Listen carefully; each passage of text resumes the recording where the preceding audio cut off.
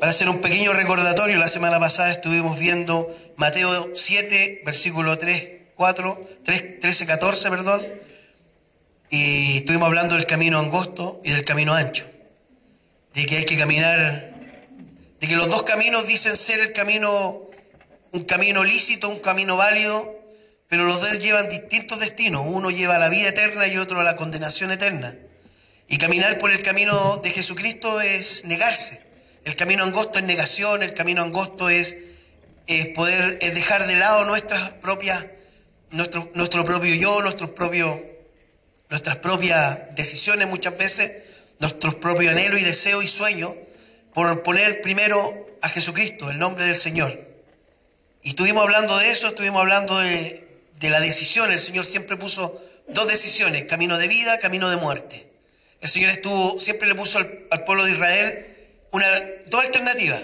Le decía al Señor, camino de bendición, camino de maldición, ustedes escojan. Y siempre el Señor nos ha llevado a tomar decisiones, a escoger. A que la decisión pasa por lo que nosotros vamos a hacer. ¿Qué vamos a hacer? ¿Vamos a tomar un camino de vida o un camino de muerte?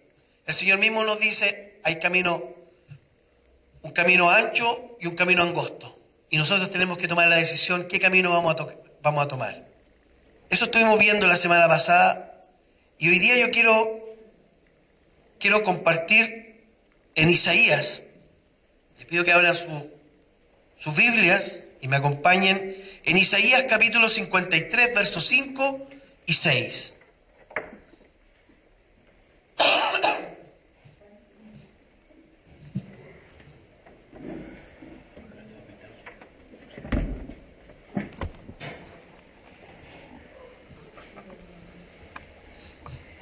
Isaías capítulo 53, versos 5 y 6. Dice la palabra del Señor: Mas él herido fue por nuestras rebeliones, molido por nuestros pecados. El castigo de nuestra paz fue sobre él, por su llaga fuimos nosotros curados.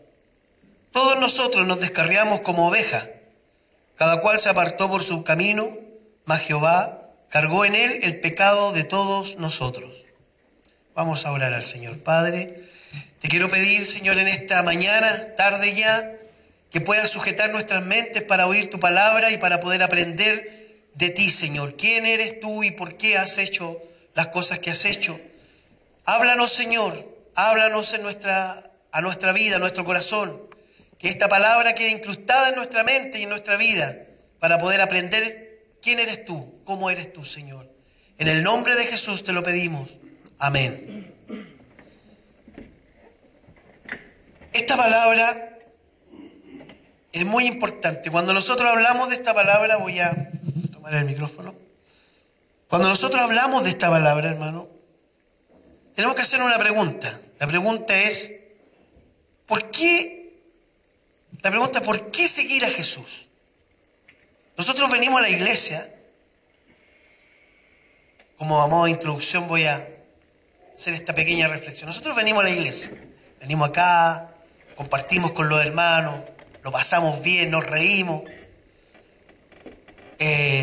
disfrutamos, nos saludamos, compartimos diferentes experiencias, jornadas de mujeres, jornadas de jóvenes, de niños, hacemos muchas actividades.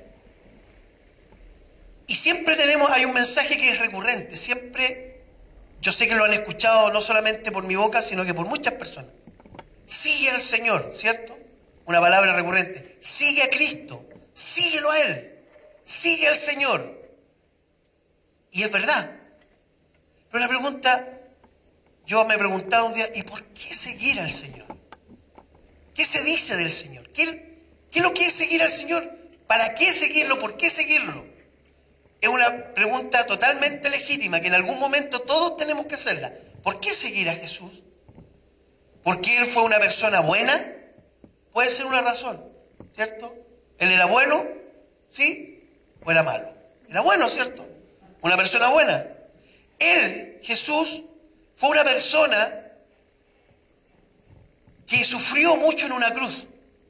Y a lo mejor muchos lo siguen porque pueden decir, mira, Jesús sufrió tanto en esa cruz, sufrió tanto, pobrecito, mira, todo, no, tengo que seguirlo porque sufrió mucho. Y es verdad que sufrió. O a veces alguno pensará, no, es que él dijo cosas tan importantes, tan buenas, tan inteligentes, él dio principios tan buenos para la vida. Él dijo, ama a tu prójimo, bendice al que te maldice.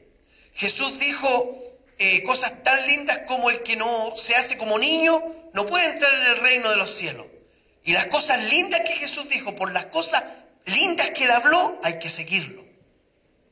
Pero sabe que todas estas cosas no son la razón por la cual uno debe seguir a Jesús. Si bien es cierto, es verdad, Jesús hizo muchas cosas. Jesús dio la vida, pero debemos entender por qué dio la vida. Jesús hizo milagros, pero ¿por qué hizo los milagros? Jesús dijo el Sermón del Monte, que es como la regla de oro de la vida para el hombre. ¿Pero por qué lo dijo? ¿Para qué lo dijo? Nosotros pongámonos a pensar, ¿qué es lo que hace diferente a Jesús de los otros líderes religiosos? ¿Qué es lo que lo hace diferente? ¿Qué es lo que lo hace diferente de Buda, de Confucio, de Mahoma? ¿Qué es lo que lo hace diferente? ¿Por qué? ¿Por qué Jesús es diferente? Los otros también son líderes de moral. También son líderes de ética y de moral. El otro día escuchaba un hermano que me llamaba por teléfono y me hablaba y me contaba de que había un comentario que había encontrado en Facebook que decía, un hermano escribía y decía, el cristianismo tiene muchas cosas en común con el islamismo, con las doctrinas hindúes y con el budismo, tiene muchas cosas en común. Y lo ponía como un gran signo de exclamación. El cristianismo tiene muchas cosas en común. Y claro que va a tener cosas en común. Claro que va a tener cosas en común con todas las religiones que buscan un camino. ¿En qué puede tener cosas en común? En que todas hablan del amor, por ejemplo, ¿cierto? Todas las religiones hablan del amor, de una u otra forma. Y todo lo que dicen del amor, de una u otra forma, es bueno. Hablan de la paz interior, todos. Pero hay una gran diferencia entre lo que Jesús dijo y todas estas otras líderes de expresión y de religión dijeron. Hay una pequeña diferencia, pero que es la más grande de las diferencias. Jesús dijo muchas cosas de sí mismo. Jesús habló muchas cosas de sí mismo. Y el por qué seguir a Jesús, el por qué debemos seguirlo, el por qué debemos dar nuestra vida a Él, es una cosa que nosotros debemos entender en lo más profundo de nuestro corazón. El por qué. ¿Saben qué? Leíamos la otra vez en un estudio que hacíamos, que se acercó un hombre y le dijo a Jesús, Señor, quiero seguirte, voy a dejar todo por seguirte. Y Jesús le dijo, los pájaros tienen nido y las zorras tienen guarida, pero el Hijo del Hombre no tiene dónde recostar la cabeza. Sígueme. Y otro le dijo, Señor, te seguiré, pero primero deja que vaya a enterrar a mi padre. Y el Señor le dice, deja que los muertos entierren a sus muertos. Sígueme. Otro le dijo, Señor, deja primero ir a despedirme. Primero deja ir a despedirme de mi familia, que me hagan una fiesta. Y el Señor le dijo, nadie que poniendo la mano en el arado mira hacia atrás es digno para el reino de los cielos. Y el Señor le decía, sígueme. Y siempre el Señor le dijo a los hombres, sígueme, sígueme. El Señor le hablaba a las personas y le hacía un solo llamado, sígueme, sígueme. El Señor hoy día nos dice a nosotros en esta congregación y a los cristianos en el mundo entero, dice, sígueme. Claudio, sígueme. Y la pregunta es, sí, Señor, pero ¿y por qué? ¿Por qué? ¿Cuál es la razón que lo debo seguir? ¿Qué es lo que, cuando yo conocí a Jesús, yo sabía, de alguna forma supe, que Jesús era la gran respuesta para mi vida? Yo tenía un vacío. Había algo en mí que estaba totalmente insatisfecho de la vida que llevaba. Tenía 19 años hace 10 años atrás. Ah, no, saqué mal la cuenta. No, bueno, no me acuerdo, me dio Alzheimer de edad. No, yo lo conocí hace 28 años atrás, a la edad de 19, 20 años aproximadamente, 20 años. A los 20 años conocí al Señor. Así que, y yo era católico en ese tiempo. Iba al colegio salesiano, mi mamá era catequista. En mi casa había una cultura de catolicismo. Pero aún así yo no conocía a Dios, no lo conocía. Y tenía un tremendo vacío en mi corazón. Hoy día cuando me pregunto por qué debo seguir a Jesús, cuando me he preguntado en mi vida, pero ¿por qué debo seguir a Jesús? Hay un punto al cual debemos llegar. Y el punto al cual uno debe llegar es a ese vacío. Ese vacío que está en el corazón, en algún momento no sabemos cómo identificarlo, no sabemos cómo describirlo, no sabemos a veces ni siquiera qué es ese vacío. Ese vacío que nos lleva a la depresión, ese vacío que nos lleva a cometer grandes errores en nuestra vida, a cometer grandes pecados en nuestra vida, que nos lleva a probar cosas que nos hacen tremendamente daño a nuestra vida, a nuestra familia, a nuestro hogar, a nosotros mismos. Yo probé muchas cosas, probé la droga, probé el alcohol en mi tiempo de juventud, pero por un vacío, por una necesidad, porque había algo que necesitaba ser lleno en mi corazón y no estaba, y no lo encontraba, no sabía cómo poder encontrarlo, no sabía cómo poder llenar ese vacío. Y probé muchas cosas. Cuando uno se enfrenta a esta pregunta, ¿por qué seguir a Jesús?, salta a la vista un problema. El problema de la sociedad, el problema de la humanidad, el problema del hombre, de las mujeres. El problema es ese vacío. Cuando hablamos de seguir a Jesús debemos examinar nuestro corazón, examinarnos a nosotros mismos y decir, ¿cuál es la necesidad? ¿Cuál es mi necesidad? Vamos a leer Romanos 3, capítulo 10. Romanos capítulo 3, verso 10.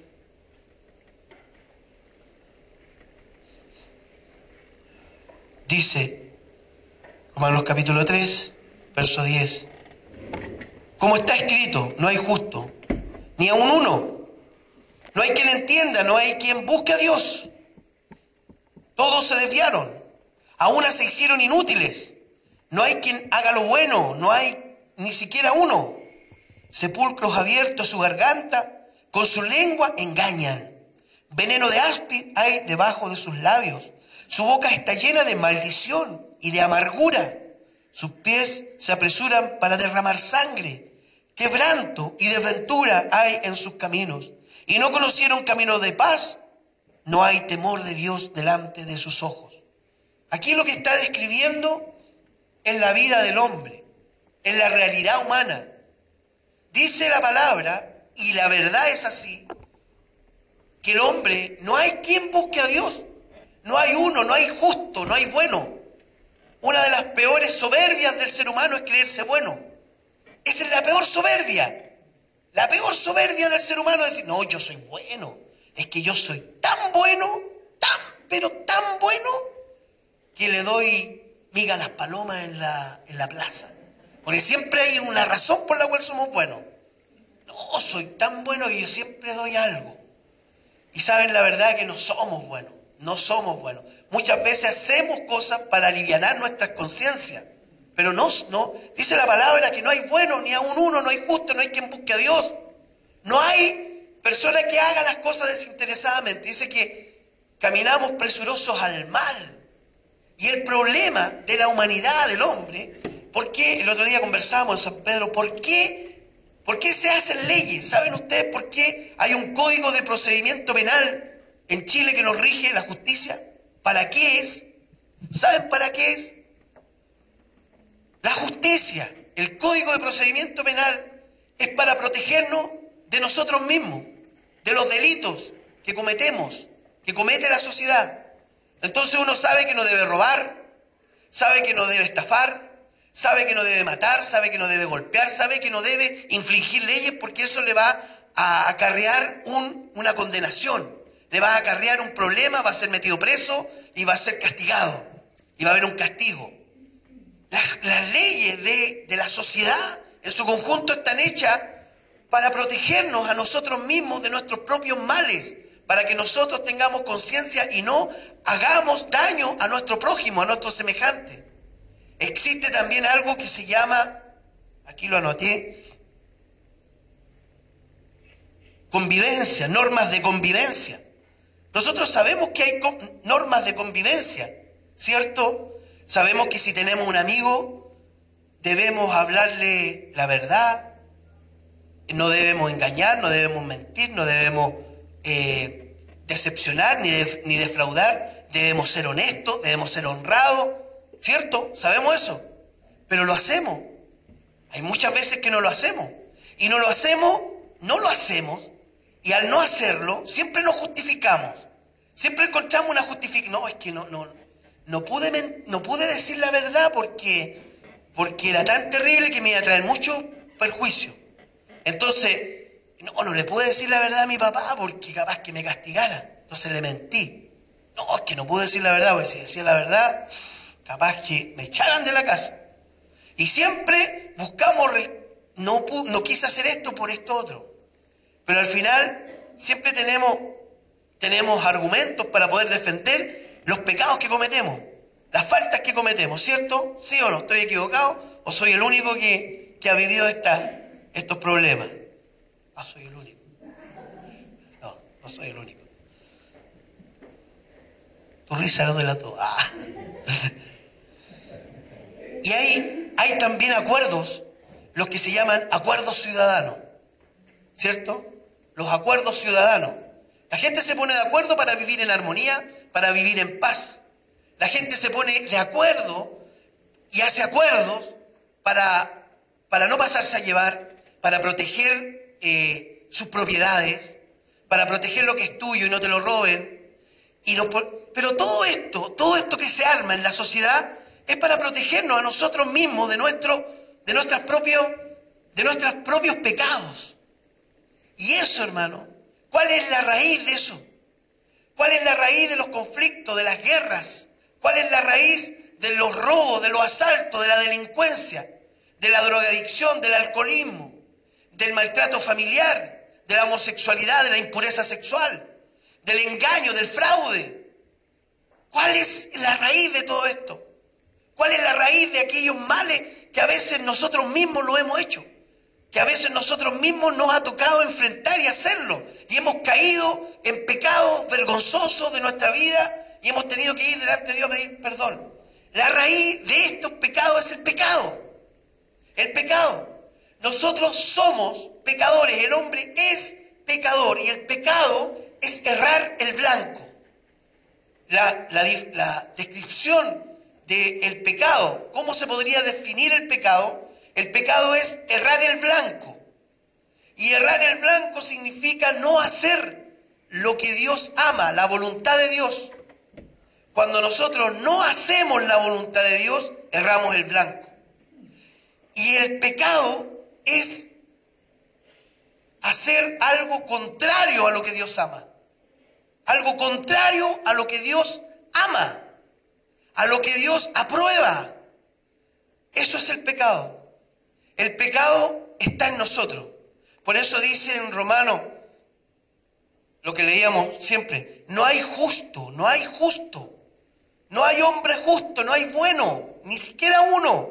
A veces nosotros tenemos atisbos de bondad, tenemos pinceladas de bondad, hacemos cosas buenas de vez en cuando, pero eso no nos hace bueno, porque fuimos creados para buenas obras. Fuimos creados para hacer buenas obras. Fuimos creados para lo bueno.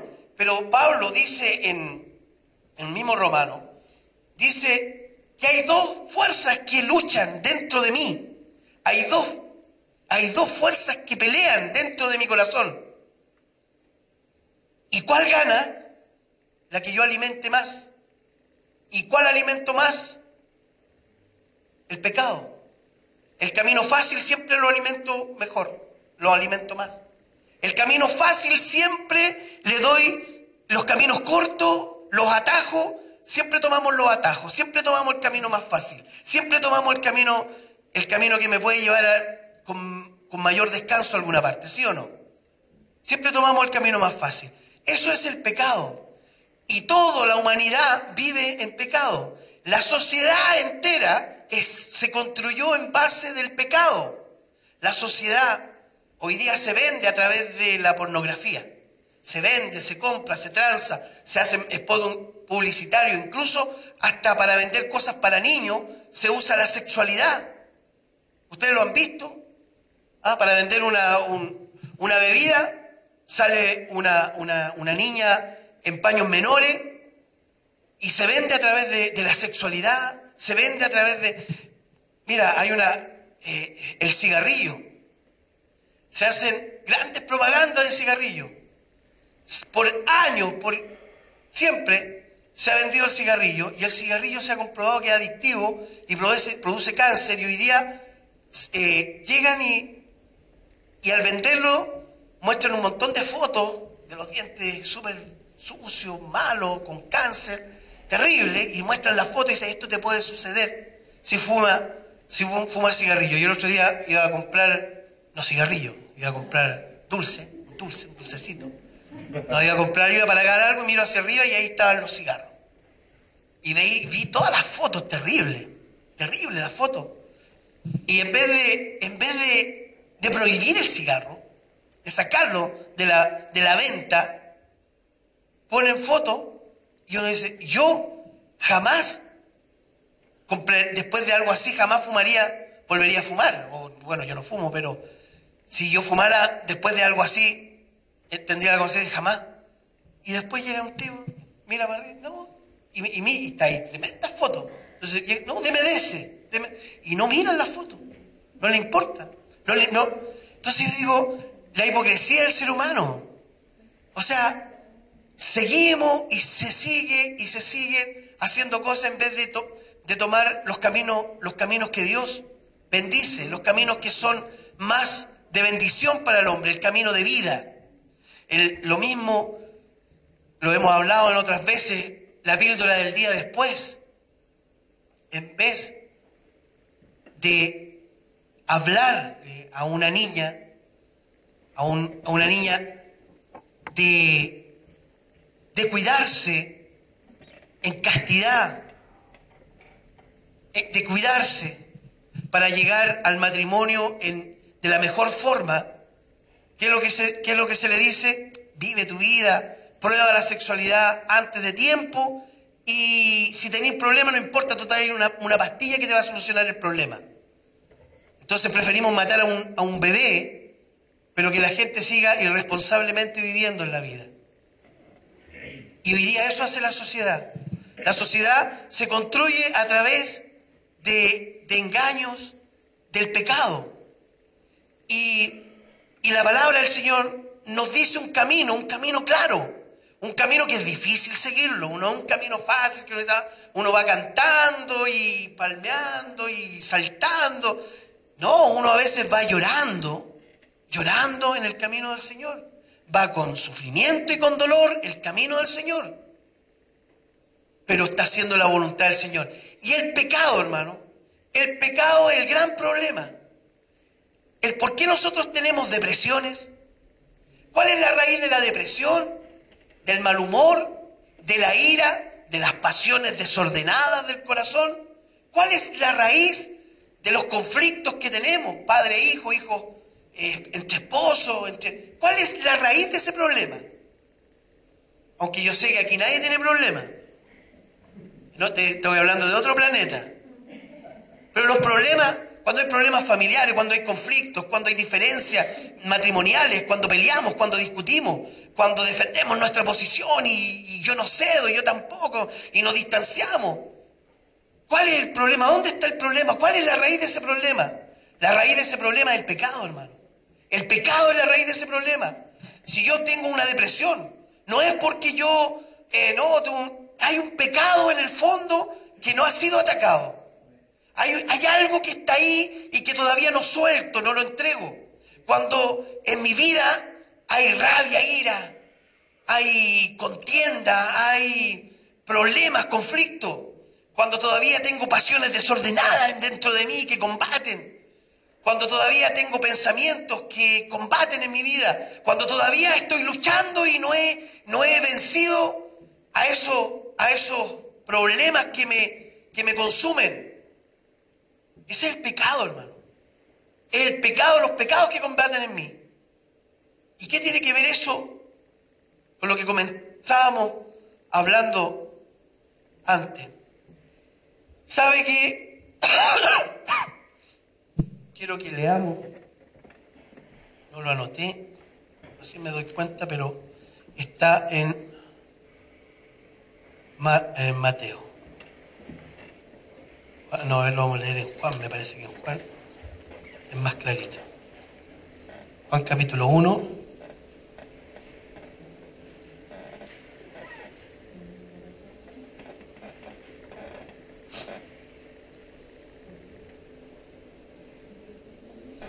Capítulo 1, verso 29 dice. Capítulo 1, verso 29. Juan, capítulo 1, verso 29 dice: el siguiente día vio Juan a Jesús que venía a él, Juan el Bautista. Y dijo Juan el Bautista: he aquí el Cordero de Dios que quita el pecado de Claudio, del mundo. El Cordero de Dios que quita el pecado de Iván. El Cordero de Dios que quita el pecado de Luis, que quita el pecado de Raúl. Puros hombres, para que las mujeres no se sientan. He aquí el Cordero de Dios que quita el pecado de Guillermo. ¿Saben, hermano? Jesucristo nos vino a liberar del pecado. Y el gran triunfo de Jesucristo, lo grande que Él dijo, lo más grande que hay en Él, es que Él nos liberó del pecado. Él nos hace libres del pecado, dice Jesús, y conocerán la verdad, y la verdad os hará libres. Y la verdad, ¿cuál es la verdad? Que pueden haber muchas religiones, budismo, islamismo, pero Jesús es el único que quita el pecado. Es el único que va a la raíz del problema, que es el pecado. Y como leíamos, y vamos a volver a Isaías 53, verso 5. Isaías 53 es el único, Jesús, el único que quita el pecado. Las otras religiones pueden hablar de amor, de cosas lindas, y es bueno, y a lo mejor van a decir cosas interesantes, bonitas y muy especiales. Y el cristianismo también las dice, y muchas filosofías. Hay poetas que han dicho cosas lindas del amor, de la paz, de la felicidad, de la fidelidad, de muchas cosas. Pero Jesús dijo: y conocerán la verdad, y la verdad los hará libre, porque el Señor nos libera del pecado. Nos libera del pecado. Jesús cargó en Él, dice en el verso 5, Isaías 53, verso 5, mas el herido fue por nuestras rebeliones. Dice la Biblia que Jesús fue herido por las veces que nosotros nos hemos rebelado. Cuando nos rebelamos de Dios, cuando nos ponemos en contra de Dios, dice que Él fue molido por esa actitud de nuestras vidas, por esa actitud de nuestro corazón. Cuando decimos: Dios, tú no haces nada por mí, ¿qué soy? Y nos vamos enojados como que tuviéramos grandes derechos. Dice que el Señor, dice que no, Él fue herido por nuestras rebeliones, molido por nuestros pecados. A Él lo mataron, hermano, por tu pecado, por mi pecado. Por nuestros pecados Él fue muerto. A Él lo mataron, no los judíos por un tema social, no por un tema histórico. A Él lo mataron por tus pecados, por mis pecados. Por eso fue muerto. Y dice: el castigo de nuestra paz fue sobre Él, para que nosotros pudiéramos tener paz Él fue castigado. Para que tú pudieras recibir la paz de Dios, pudiera haber paz entre tú y Dios, Él fue castigado. Para que tú pudieras tener paz con Dios, para que tú pudieras tener amistad con Dios, Él tuvo que ser castigado. Y lo que yo merecía fue cargado en Él. Lo que yo merecía en mi vida, lo que yo merecía el castigo, lo cargó Él. Jesús lo cargó. Dice, y por su llaga fuimos nosotros curados. Todos nosotros nos descarriamos como ovejas. Cada cual se apartó por su propio camino. Cada cual hace lo que quiere.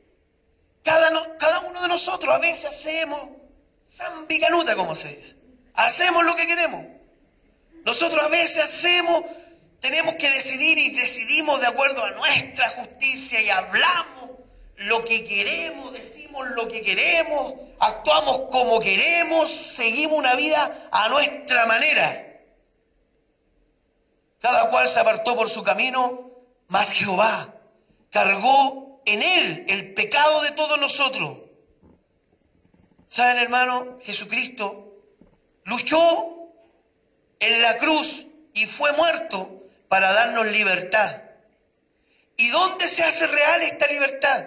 Cuando nosotros, como hablábamos la semana pasada, tomamos la decisión correcta. Cuando nosotros tomamos la decisión correcta y caminamos por el camino angosto, caminamos por el camino del sufrimiento, de la negación, cuando nos negamos. El Señor dijo, si la semilla no cae a la tierra y muere, no puede llevar frutos. Cuando nosotros nos negamos, cuando nosotros morimos a nosotros mismos, cuando nosotros escogemos la voluntad de Dios antes que nuestra voluntad, en ese momento Jesucristo se hace vivo en nuestra vida. En ese momento Jesucristo es real en nuestro corazón. Antes es todo una ilusión, es todo un sueño.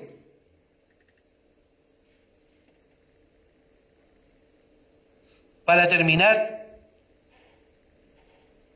quiero leer en Juan capítulo 12, verso 24 en adelante.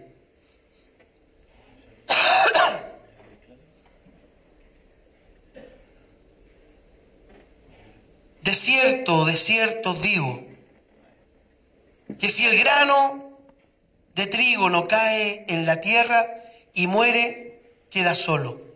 Pero si muere, lleva mucho fruto. El grano tiene que morir. Nosotros tenemos que morir para llevar fruto.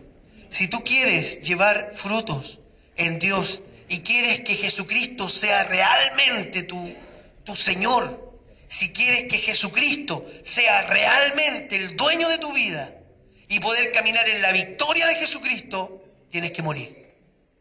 Tienes que morir. Tienes que morir a tus deseos. Cuando tus deseos se ponen en conflicto con los deseos de Dios, con la palabra de Dios, y tú escoges hacer la voluntad de Dios, estás caminando por el camino angosto, por el camino estrecho. Lo repito, cuando tu voluntad y tus deseos se ponen en conflicto con la voluntad de Dios y tú decides hacer la voluntad de Dios, estás caminando por el camino angosto. Y eso es lo que Dios quiere de nosotros, que decidamos por Él. Si alguno me sirve, dice, sígame. Perdón, el verso 25. El que ama su vida, la perderá. Y el que aborrece su vida en este mundo, para vida eterna la guardará. Si alguno me sirve, sígame.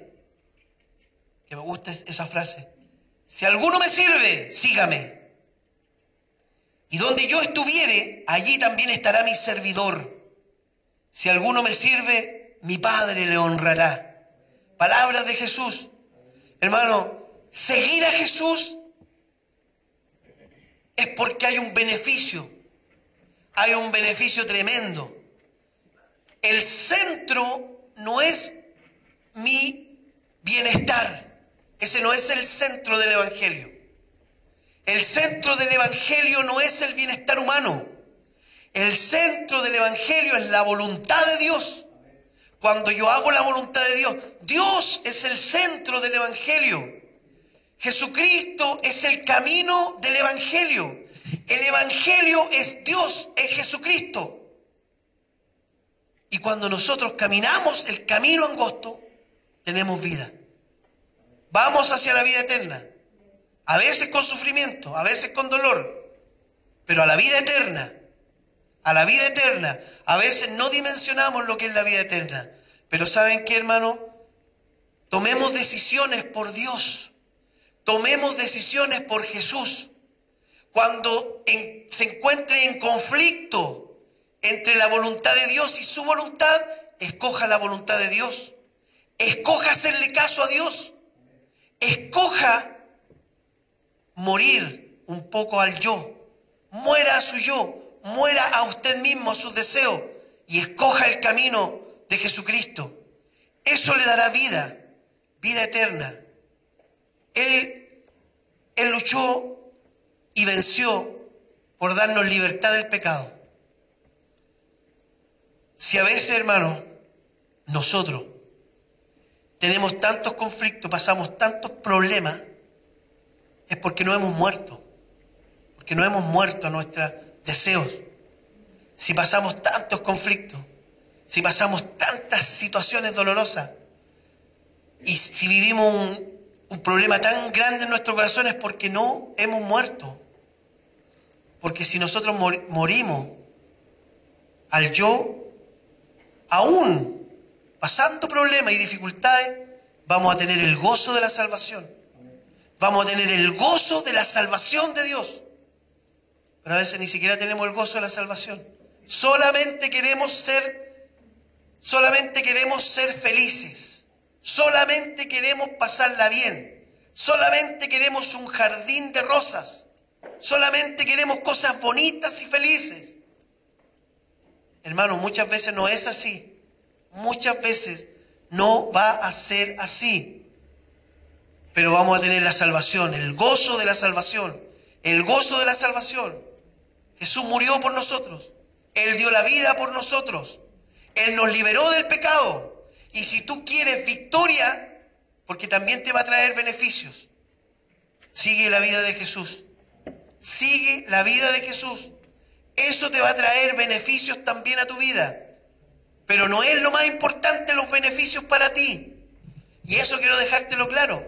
Lo más importante no son los beneficios que tú vas a recibir. Lo más importante es hacer la voluntad de Dios. Eso es lo más importante. Pero eso te va a traer beneficios. Te va a traer beneficios a tu vida espiritual, a tu vida en todo sentido. Eso es quizás uno es el centro del Evangelio. El centro del Evangelio, oro puro del Evangelio, es hacer la voluntad de Dios. Eso es el centro. No es mi bienestar, mi autoestima, mi. No es eso. Los mí de lado. Los tuyos, Señor. ¿Qué debo hacer? ¿Qué hago, Señor? ¿En qué te sirvo, Señor? ¿Cómo hago tu voluntad? Pongámonos de pie. Vamos a orar al Señor para terminar esta reunión en la que hemos podido conocer algo del Señor. Hemos podido conocer un poco más de su voluntad, de su presencia. Yo les pido, hermano, que lean Isaías 53, todo el capítulo, porque ahí Isaías 53 fue escrito 600 años antes de Jesucristo. 600 años antes que Jesucristo viniera, eso fue escrito.